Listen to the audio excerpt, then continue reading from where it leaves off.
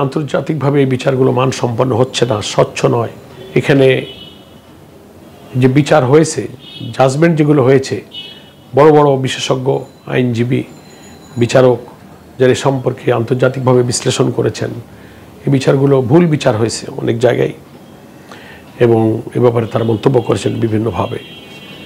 ফলে মামলাগুলো সবাই জানে একটা পলিটিক্যাল ইন্টেনশন নিয়ে হয়েছিল। মামলা সাজানো, বাদী সাজানো, সাক্ষী সাজানো, এবং আন্তর্জাতিকভাবে বিদেশ থেকে জাজমেন্ট ড্রাফট করে পাঠানো হয়েছে।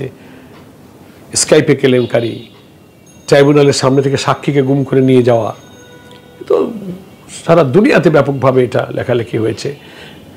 বিদেশ থেকে সারা দুনিয়াতে অ্যালাউড, কিন্তু আমাদের এখানে আইনজীবী আসতে দেওয়া হয় নাই। 250-টিরও বেশি ডিজাইন অপশন নিয়ে ওয়ালটন স্মার্ট ফ্রিজ, বোঝে আপনার প্রয়োজন। সেই জন্য এই বিচার নিয়ে সারা দুনিয়া বিতর্ক এবং প্রশ্ন আছে।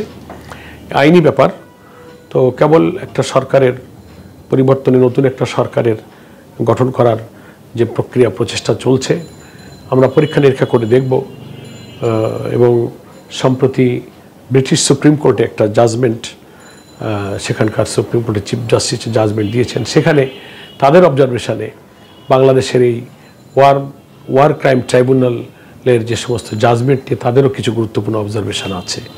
সেসব অবজারভেশনও প্রমাণ করে যে এই বিচার সুপ্রিম কোর্টের, ব্রিটিশ সুপ্রিম কোর্টের চিফ জাস্টিসের এই অবজারভেশনে সেই বিচার ব্যবস্থার মধ্যেও প্রশ্ন আছে, স্বচ্ছতার অভাব আছে। এই জাজমেন্টটা তো বাংলাদেশের সব ওয়েবসাইট, অনলাইনে কিন্তু অনেকে দেখেছে। সে কারণে আমরা এগুলো নিয়ে আইনিভাবে কী পদক্ষেপ নেওয়ার সুযোগ আছে আমরা পরীক্ষা নিরীক্ষা করে আমরা সম্ভাব্য পদক্ষেপ ইনশাল্লাহ সামনে বিবেচনায় নেব ইনশাল্লাহ। মুসলিম বিশ্ব বা আরব ওয়ার্ল্ডের সাথে আমাদের সম্পর্ক সবসময় ভালো ছিল। যারা একটা ইসলামোফোবিয়াতে ভোগে, ইসলামী চিন্তা চেতনা আদর্শের জাগরণকে যারা ভয় করে, তারা সবসময় এই মিসপ্রোপাগান্ডা ওয়ার্ল্ড ওয়াইড কিন্তু করে। এটাকে আমরা খুব একটা আমলে নিই না। তবে হ্যাঁ, পজিটিভলি আমাদের তরফ থেকে আমরা এটার যে জবাব, এটার যে ইতিবাচক জবাব হতে পারে, তা আমরা আমাদের আচার আচরণ, কথা, কাজ, আমাদের দলীয় পলিসি, কার্যক্রম দিয়ে আমরা এটা প্রমাণ করার চেষ্টা করি।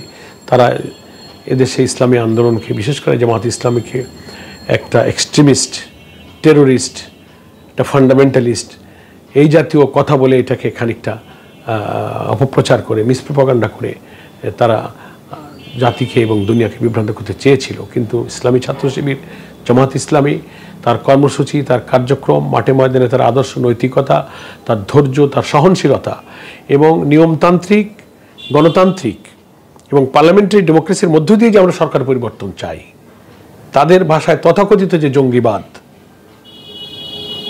এটার সাথে যে জামাত ইসলাম আর ইসলামী ছাত্র শিবির কোনো সম্পর্ক নাই, তা আমরা আমাদের উপরে এত নির্যাতন, এত শহীদ, এত জুলুম, ফাঁসিতে ঝুলানো, অফিস বন্ধ করে দেওয়া, মিটিং করতে না দেওয়া, বাধা দেওয়া, তার মধ্যে ধৈর্য, দৃঢ়তার সাথে আমরা আমাদের আচরণ যেটা প্রমাণ করেছি যে না, আমরা টেরোরিস্ট নই, আমরা মিলিটেন্ট নই।